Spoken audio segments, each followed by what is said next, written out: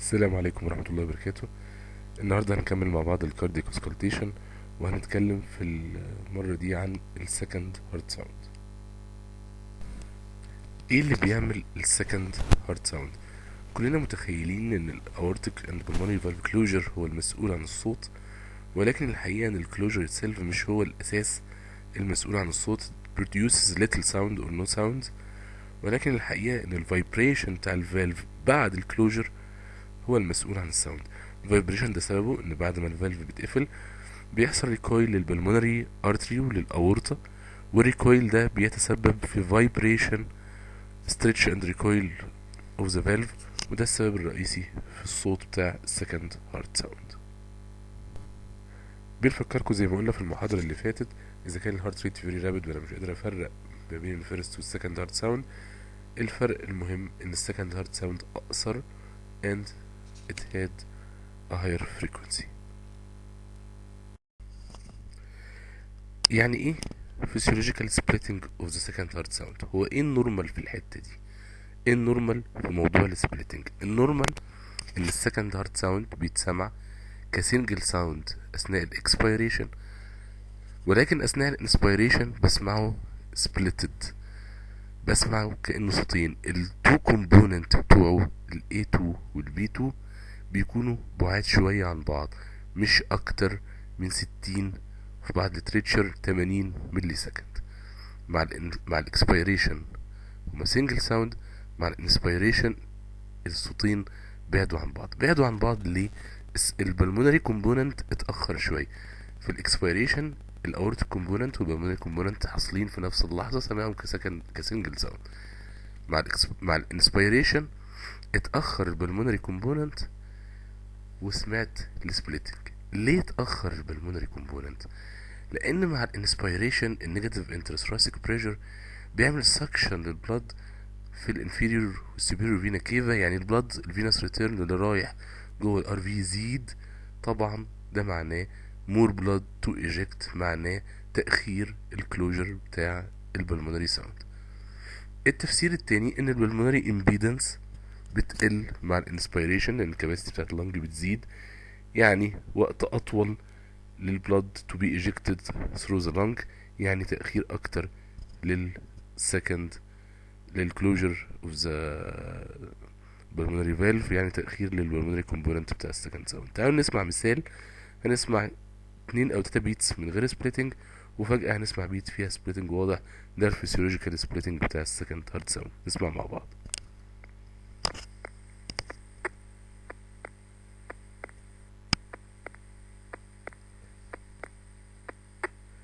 الرابعة دي اللي فيها سبليتنج، ركزوا معايا، مفيش سبليتنج هنا، دي سبليتد. تمام، يا رب يكون الصوت واضح. اول حاجه باثولوجيكال هنتكلم عنها في السكند هارت ساوند هو البريزيستنت سبليتنج. المقصود بالبريزيستنت سبليتنج ان مع الاكسبيريشن لا، السكند هارت ساوند مش سنجل ساوند، انا سامعه برضه سبليتد، بس هو وايد سبليتنج وفاريبل. يعني في الانسبيريشن بيكون السبليتنج اكتر من الاكسبيريشن. تاني، مع الاكسبيريشن اتس نوت سنجل ساوند، في سبليتنج، عشان كده سميته بريزيستنت سبليتنج. بس الاسباب اللي هنتكلم عليها هنا هي الحاجات اللي بتعمل فاريبل سبليتنج. في حاجه اسمها وايد فيكس سبليتنج، وايد فيكس سبليتنج دي قصه تانية.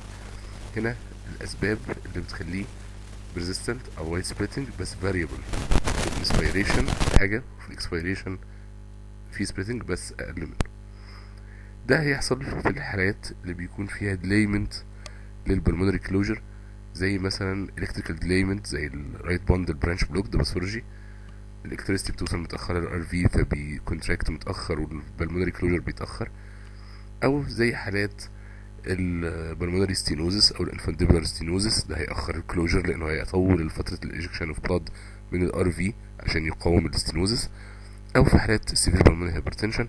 كل ده هيعمل حاجة اسمها persistent splitting، وهنسمع مثال لحالة فيها persistent splitting.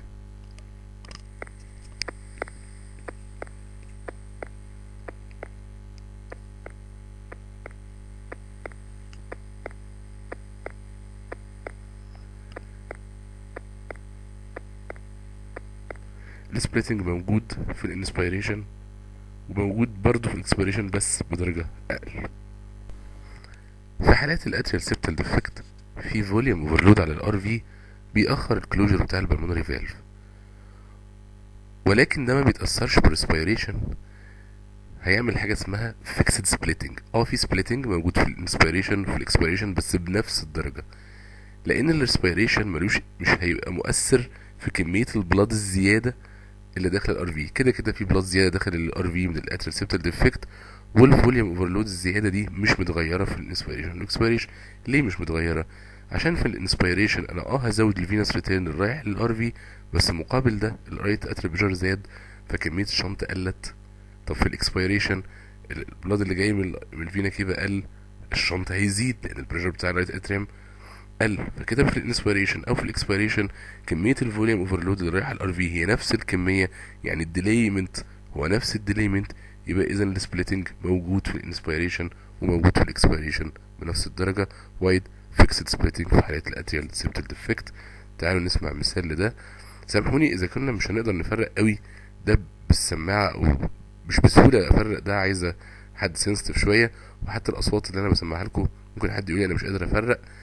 هيبقى افضل ان انا اسمعها من الويب سايت اللي انا هديكوا اللينك بتاعه عشان تقدر تسمعها بصوت اوضح وتركز فيها اوضح وتقدر تفرق الاشكال والاصوات من بعضها.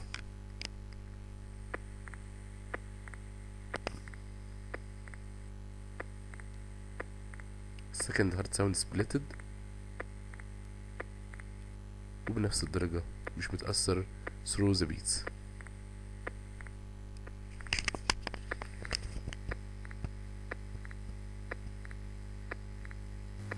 سؤال تاني، ايه هي الاسباب اللي بتعمل نارو سبليتد second heart sound؟ الحاجات اللي هتأخر الكلوجر بتاع الاورتيك فالف، هتقرب الاورتيك كومبوننت اوف ذا second heart sound من البلمونري كومبوننت، وهسمعه كأنه very narrow splitting، او even ممكن يوصل انا اسمعه كسنجل هارت ساوند في الانسبيريشن في الاكسبيريشن، او لو كانت ديزيز ادفانسد هسمع reverse splitting even البلمونري كومبوننت يحصل الاول. ايه اللي يأخر السكند هارت ساوند؟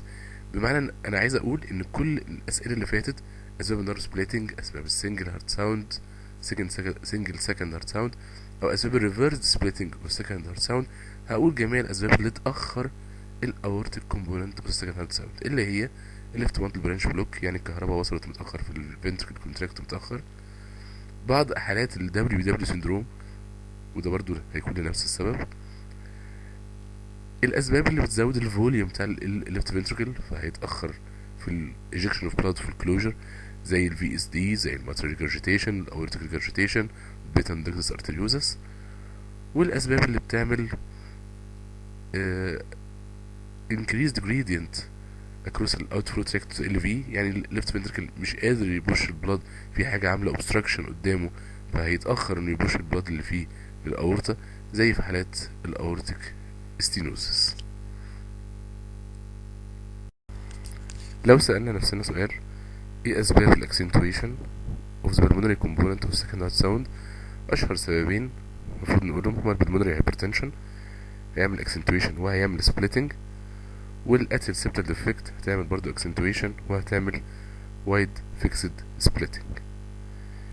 طيب ازاي اعرف ان الاكسنتويشن بتاع السكند هارت ساوند ده سببه البلمونري كومبوننت مش الاورتيك كومبوننت؟ رقم واحد، المكان الافضل اللي هقدر اسمع فيه ان السكند هارت ساوند عالي بشكل واضح هو البلمونري اريا والليفت ستينر بوردر، بس مش هسمع ده بوضوح على الاورتيك اريا، معناها ان الاكسنتويشن هنا هو البلمونري كومبوننت. والنقطه التانية المهمه تاثير الريسبيريشن.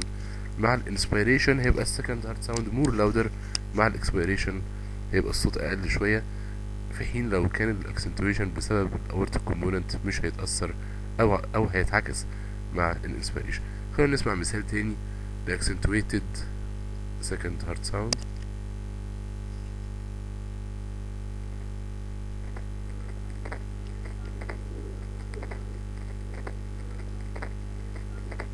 طبعا لازم نلاحظ هنا ان هو splitted.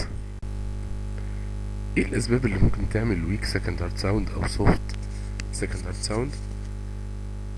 الاسباب هي low systolic pressure hypotension هيقلل الاورتيك كومبوننت، او البور مايكارديال كونتراكتيليتي، او السبب الاشهر ان يكون الفالفز كالسيفيك او فيوزد، مش بتتحرك كويس.